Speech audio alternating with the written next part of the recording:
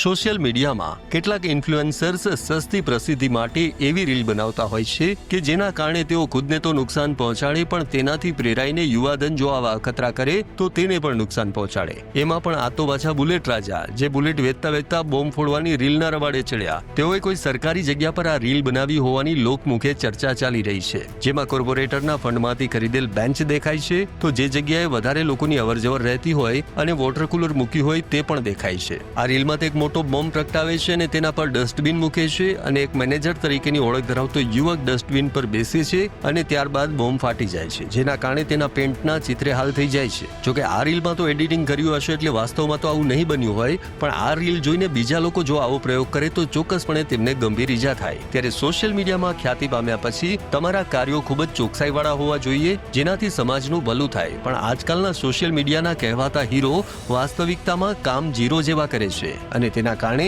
તેમને વ્યૂ તો મળી જતા હોય છે, પણ તેમની કરતૂતો તો કંસને પણ શરમાવે તેવી હોય છે. સરકાર એક તરફ અવેરનેસ માટે લાખો કરોડોનો ખર્ચ કરે છે કે લોકો સલામતીપૂર્વક દિવાળી ઉજવે, ફટાકડા ફોડે, પણ અહીં તો સરકારી જગ્યા પર જ જો આવી રીતે ડેન્જરસ રીતે દિવાળીની ઉજવણી થતી હોવાની ચર્ચા છે, ત્યારે જો ખરેખર આ જગ્યા સરકારી હોય તો ત્યાં આને અટકાવનાર કોઈ નહીં હોય.